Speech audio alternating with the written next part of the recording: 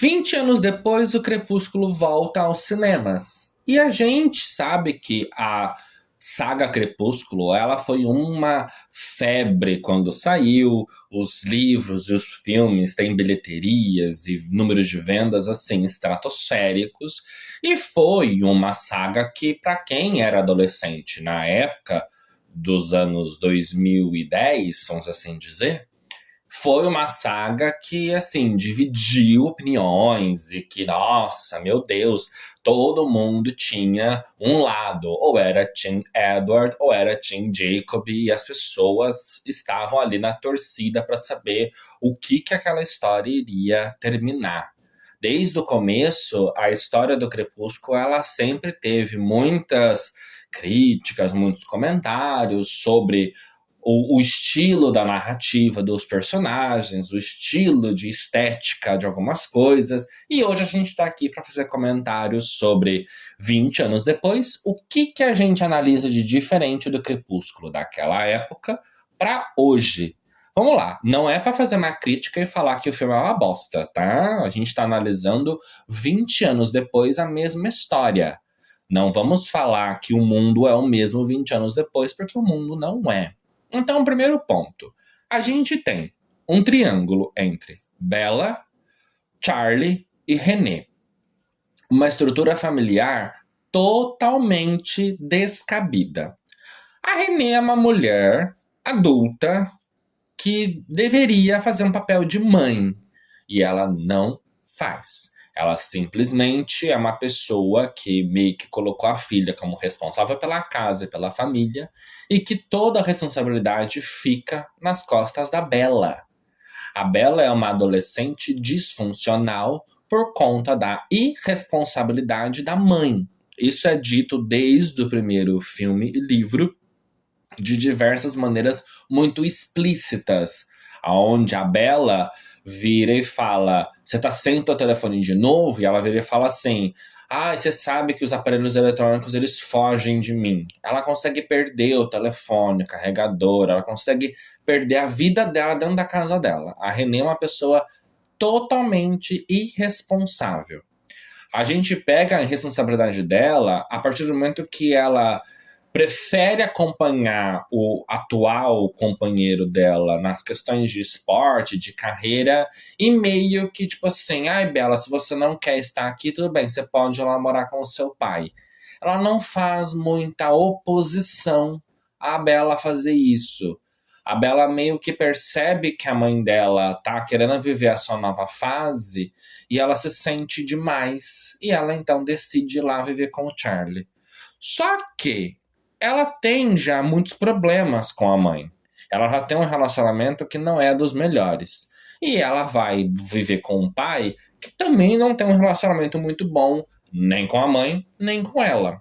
Mas o Charlie não momento briga com a René ou com a Bella. Não. Mas o problema não é sobre briga verbal. É sobre comportamento silencioso. A gente percebe que o Charlie, ele sabe o quanto a Bella já tem problemas, que assim que a Bella adentra na casa dele, as responsabilidades da casa passam a ser dela. Ela cozinha, ela limpa, ela lava, ela passa, ela faz tudo na casa. Ela começa a ser a pessoa responsável por tudo ali dentro. O Charlie basicamente não faz mais nada. Aí você fala: nossa, mas ele viveu durante muitos anos sozinho. Por que a Bella assumiu isso, sendo que ele sabe fazer? Porque o Charlie sabe inconscientemente ou conscientemente que ela já fazia tudo isso lá com a René. E meio que para tentar manter as coisas confortáveis para Bella, para ela não se sentir tão perdida, ele deixa ela tomar conta das coisas, tipo assim: tá, vai fazer, faz as coisas, tipo assim, eu não vou me intrometer porque eu já sei que eu já tenho problemas demais com sua mãe. Então ele prefere ficar calado e deixar a Bella tomar conta da casa, assumir esse papel de responsável da casa dele também, do que ele se opor a isso. E aí, se a gente falar sobre o Charlie é uma pessoa não verbal. Ele não conversa, ele não dialoga, ele não tem momentos de intimidade com a filha. Imagina você ter uma filha adolescente morando na sua casa e você basicamente não sabe nada da vida dela. Ela simplesmente não tem trocas profundas de conversa com o Charlie em momento nenhum da história. O máximo que a gente vai ter é um momento ou outro no primeiro livro, onde ela fala que ela é virgem, e depois lá no final, onde a gente tem aqueles momentos pré-casamento, que eles têm uma conversa de sentimentos, e pós-casamento, que ele fala que ele a ama, que a casa vai ser sempre dela, não sei o quê. Mas são poucos os momentos que a gente tem o Charlie com a Bella interagindo de maneira sentimental. Ele meio que coloca a Bella como só mais um adolescente que ele tem que ser responsável naquela cidade. Só que a gente percebe uma irresponsabilidade do Charlie porque acontecem diversos problemas na cidade e ele não percebe nada. Tipo, a Bella foge de casa no meio da noite por conta de um problema que ela teve com o Edward, seguindo a narrativa que ela mostra pra ele, que ele sai pra jogar beisebol e volta, e ela volta quebrando a casa inteira e falando que ela vai embora. Qual pai deixaria uma filha menor de idade pegar um carro, sair na rodovia sozinha por conta de uma briga com o namorado? Me responda. Um pai em sã consciência. Nenhum. Nenhum pai iria deixar uma filha fazer isso. Ele simplesmente deixa ela fazer o que ela quer, baseada numa conversa que a própria mãe utilizou para sair de casa. Ah, eu não quero mais ficar presa aqui pro resto da vida. Ele simplesmente assume que a Bella usa o mesmo discurso da mãe, se cala e tipo assim, tá bom, foda-se. Vai pra onde você quiser. Ele não briga. E aí a gente entra numa coisa do Charlie que é muito estranha, e talvez a gente devesse analisar de uma forma um pouco mais científica, mas não sou eu que vou fazer isso. O Charlie tem muitas rotinas. Ele vai todos os dias X comer o prato Y lá no mesmo restaurante. Ele tem o encontro com o Bill para assistir televisão e ver os jogos e tomar cerveja com peixe frito todos os dias tals. Sabe uma coisa muito metódica, rotineira, uma coisa muito engessada? A gente talvez entende porque a Renée saiu dali. Mas o Charlie ele tem algum tipo de manias fora do comum, porque é uma coisa muito metódica. A Bella, por outro lado, além dela ser sensal, porque, gente, ô menina sensal sem açúcar, desde o primeiro livro, do primeiro filme, eu sempre olhei pra ela e fiquei tipo assim, o que o Edward viu nessa menina? Porque ela não tem expressão, ela é uma menina muito perturbada com muita coisa, ela tem muita responsabilidade das coisas, mas ao mesmo tempo ela não tem muita noção das coisas, tipo assim, as coisas estão acontecendo em volta dela, ela meio que tá tipo assim, tipo, sabe, ela é muito inteligente, quando você lê o livro você vê que várias coisas que tem de problema, quem resolve é ela, tipo, todo o plano do James e tudo mais, é ela que cria, é ela que pensa, é ela que visualiza, ela que descobriu em Eclipse que era a Victoria que estava atrás. Ela descobre as coisas por sonho, por intuição. Ela é super inteligente. Só que ao mesmo tempo, tipo assim, ela vê que a Jéssica tá sendo escrota e ela simplesmente não faz nada. Ela simplesmente, tipo, ai não, não sei o quê. Aí, tipo, ela tá lá em Part Angels, sozinha, perambulando pra ir atrás de um livro, e ela vai se enfiando nos becos escuros, como se o mundo fosse indestrutível. Como se não existisse perigo na cidade, sabe? Meio sem noção. Ela não tem, parece que, noção do risco que existe no mundo. É como se ela simplesmente achasse que ela fosse uma super-heroína. E isso me irrita no personagem dela, porque ela não tem noção de perigo, ela não tem noção de medo, ela não tem noção do que aquilo pode acontecer. E aí a gente parte pro Edward. O Edward, ele é um stalker, controlador, possessivo. Ele é aquela pessoa que ele vê a Bella poucas vezes e já assume que existe um namoro ali entre os dois.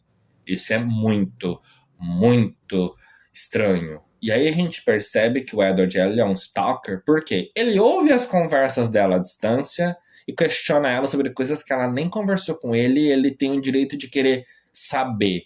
Mas o que você vai fazer em tal cidade que você não vai estar aqui pro baile? O que você vai fazer em tal lugar? Ele persegue ela, né, a Jéssica e a Angela até Port Angels por conta dos vestidos. Tipo, ele fica lá fiscalizando as mentes das pessoas pra saber onde ela tá, o que ela tá fazendo, o que aconteceu, não sei o que, tá, tá, tá. Eu entendo que por um lado foi bom, que ele foi, protegeu ela e deixou ela ir de arrasta por conta dos loucos lá que queriam pegar ela no meio do beco escuro. Tudo bem, vamos passar um paninho pra ele aqui. Mas, gente, ele é muito stalker.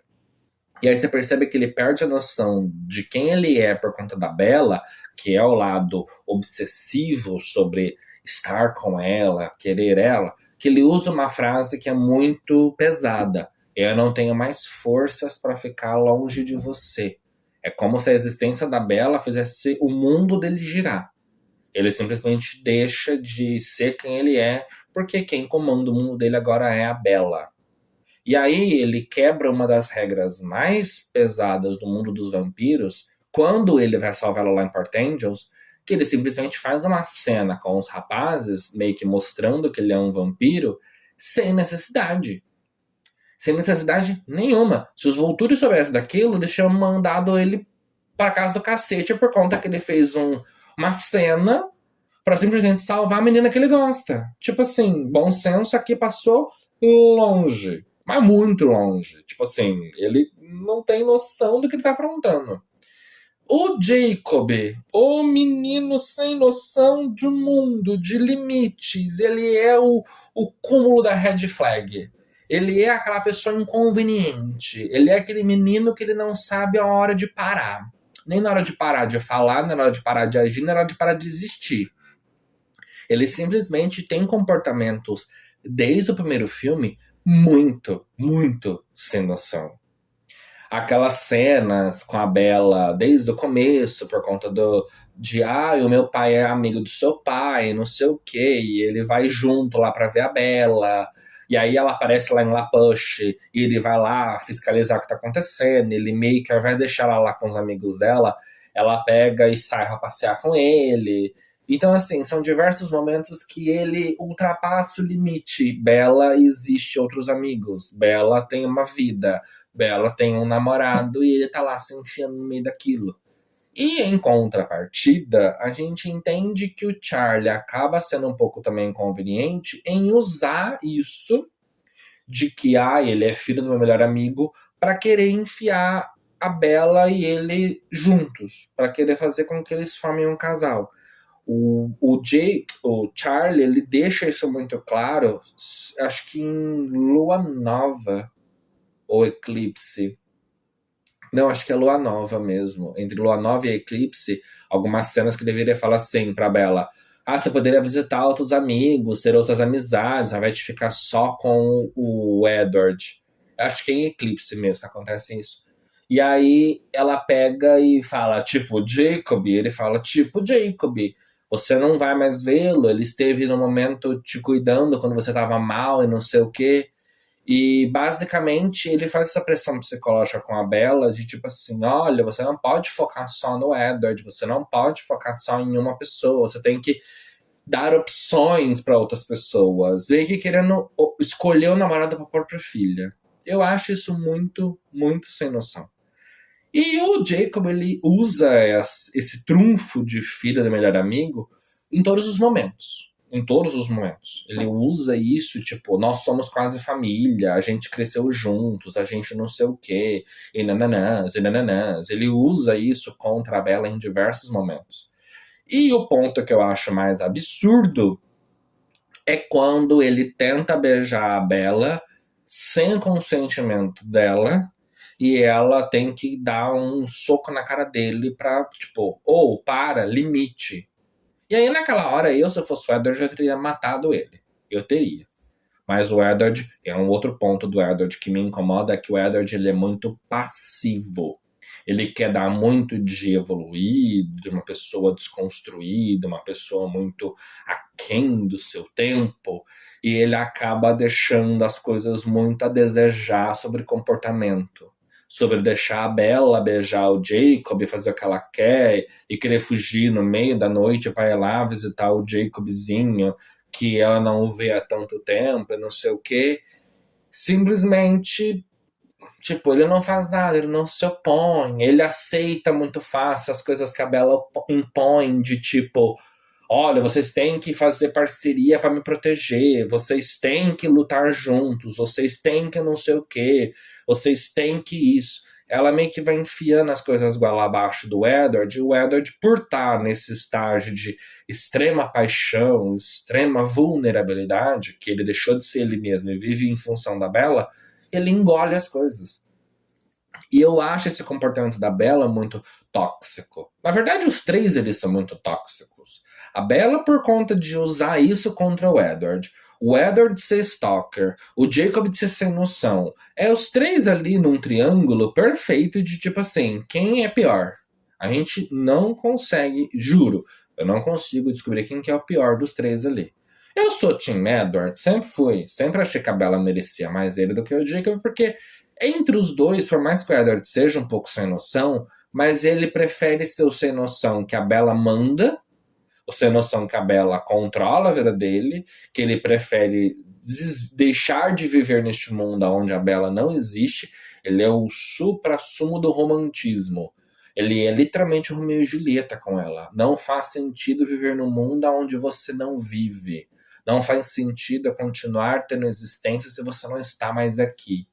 Ele tem esse discurso muito melodramático, esse discurso ultramente sensível e de que a Bella é a deusa dele, a musa da vida dele, que tudo gira em torno dela. Jesus amado. E aí uma coisa que faltou, e faltou muito. A Stephenie Meyer, e aí é um ponto que eu vou parar de falar sobre os filmes, eu vou falar sobre a escritora. A Stephenie Meyer, ela deveria muito ter criado muito mais coisas em cima do Crepúsculo. Existia e existe muito mais conteúdo que ela poderia produzir a partir do filme, do livro, que ela simplesmente não fez mais nada. Primeira coisa, todo mundo queria que ela continuasse escrevendo os livros pela perspectiva do Edward. Por quê? Como a ela é muito sonsa, perdida, desatenta, ela não entende das coisas que estão acontecendo no mundo, a descrição do Edward das coisas traz pra gente muito mais peso e muito mais profundidade do que ela. Para quem leu o primeiro livro do Crepúsculo e depois leu O Sol da Meia-Noite, consegue entender isso. Tanto que o livro do Edward ele é muito mais grosso do que o livro da Bella. A Bella come muita coisa. A Bella, ela prefere detalhar muito mais o tipo do tecido e da roupa que ele tá usando e do movimento do cabelo dele, não sei o que, do que falar sobre como ela tá se sentindo. E o Edward não, ele fala muito sobre sentimentos, ele fala muito sobre como que ele visualiza as coisas, como que as pessoas ao redor se comportam com a Bella e ela simplesmente parece não notar o que está acontecendo. Ele fala muito da Jéssica, ele fala muito da Angela, ele fala muito sobre as pessoas na escola e como elas se relacionam com a Bella e a Bella simplesmente parece não reparar nisso. E por que a gente fala que a Stephenie Meyer deveria escrever sobre a perspectiva do Edward? Porque a gente teria muito mais profundidade, muito mais conteúdos do mundo dos vampiros do que a gente tem. E um outro ponto é, deveria existir histórias sobre os personagens num todo. A gente tem naquele guia ilustrado do Crepúsculo algumas informações sobre os personagens, de onde eles vieram, nananás. A gente tem algumas coisas, mas é muito pouco, é muito resumido. A gente, enquanto pessoas que acompanharam o Crepúsculo durante todos esses anos, a gente sempre esperou que ela sentasse e escrevesse tipo uma biografia.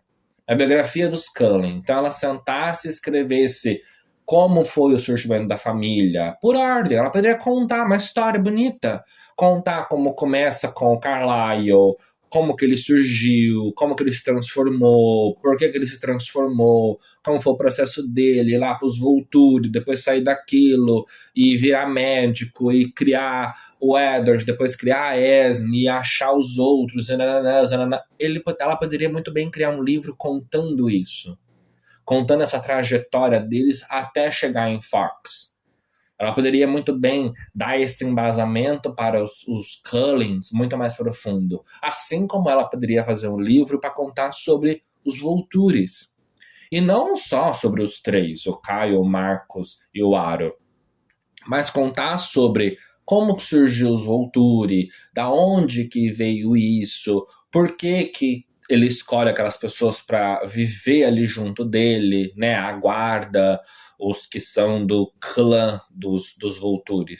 Ela poderia destrinchar mais informações sobre. A gente tem um pouco que vai sendo contada durante os filmes e os livros e tudo mais, mas é muito superficial. A gente não tem profundidade, a gente não tem camadas. Assim como os próprios Cleuts. Os próprios Cleuts, numa narrativa que a Stephanie Meyer fez um pouco mais recente, ela falou sobre que no filme, no universo lá de Forks, do Crepúsculo, existe naquele universo bruxas, duendes, não sei o que, outros seres mágicos. Por conta, inclusive, dos Cleuts, que os Cleuts, por mais que eles assumem o papel de shapeshifters, né, de transformistas, vamos assim dizer. Eu nunca sei traduzir essa palavra direita, porque eles têm esse poder de transformação em algum outro ser, e eles ali assumem a forma de lobo, mas eles poderiam assumir qualquer outra forma. Porque quando o Billy senta lá para fazer aquela cena lá em Eclipse para falar sobre as lendas e tudo mais, ele fala dos espíritos mágicos, do sangue que corre nas veias da magia, não sei o quê. A gente percebe que não existe uma coisa ligada só a lobos, que existe algo além, que existe muito mais magia, muito mais coisas mágicas além de só aquilo. E eu acho que ela poderia muito bem destrinchar essas informações, destrinchar um pouco mais sobre o que vem a ser isso. Então, eu acho que Crepúsculo, 20 anos depois, ele envelheceu até que bem. Ele tem a sua riqueza de detalhes, ele tem os seus pontos positivos, a trilha sonora perfeita, que foi uma trilha sonora muito importante para a geração da época, com artistas e com produções musicais muito bem feitas.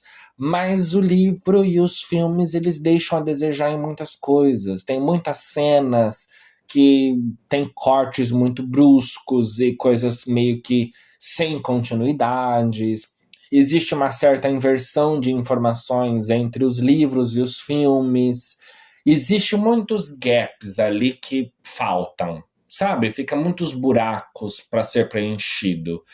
E faltou um pouco mais da Stephanie Meyer ter vontade de, talvez, depois de tantos anos, ela sentar e revisitar essas histórias e talvez reproduzir outras coisas.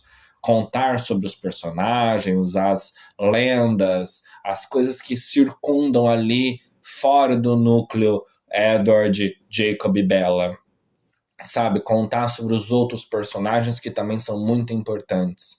Eu acho que faltou isso. A vida escolar da Bella, por exemplo, ela é explorada, tipo, aulas de biologia e mais uma coisa ou outra. A gente não tem, tipo, ok, ela era uma boa aluna, ela não era? Como que era a relação dela com as outras pessoas ali na escola? Porque a gente tem pouquíssimas coisas dos outros personagens. A gente sabe que no livro conta muito da amizade dela com a Angela, que no filme isso não mostra. Mas como que era ela com os outros amigos? Como que é o ambiente dela com as outras pessoas? A gente não tem. A gente não tem muitas coisas. A gente tem alguns detalhes a mais que a Bella vai detalhando no livro, só que mesmo assim ele tem muitos recortes. Tem muitas pontas que ficam sem resposta, muitas coisas que meio que não se conectam, porque a Bella tem esse comportamento. Ela meio que se perde na narrativa, e aí fica aquele vago. Sabe aquele buraco ali no meio do caminho? Que tipo assim, mas o que aconteceu daqui até aqui? Tipo, a gente não tem. A gente não tem detalhes. A gente tem muitos momentos de só a Bella contando uma linha ou outra, e aí ela pula pro outro dia, e daí uma semana, e não sei o quê. É como se ela não tivesse memória de tudo que acontece. Eu entendo que existe aquela lenda de que quando uma pessoa está em contato com um vampiro, ela perde um pouco a memória. Existe essa justificativa, mesmo inclusive na história do Crepúsculo, acho que é citado alguma coisa sobre isso. E quando a pessoa, ela... ou é algum outro lugar que eu li que fala sobre isso, mas tem uma lenda que fala que quando um humano ele começa a conviver com algum vampiro, ele tem blackouts na mente. É como se ele perdesse a noção de tempo e espaço. E talvez isso justifique a Bella cortar tanta história. É como se ela não tivesse muita noção do tempo das coisas que vão acontecendo. É como se ela ficasse meio que desabituada do que está acontecendo ali, meio que inerte. Não sei, é uma explicação que talvez só a Stephanie Meyer conseguiria dar. Mas, não sei, eu gosto muito dos filmes, eu assisti todos de novo agora por conta da comemoração. Sentei e fui assistir todos de uma vez só, basicamente. Eu tenho os livros desde a época que eu li inteirinho, inclusive eu tenho até o livro extra da breve história de Bea Tanner, que é do Eclipse.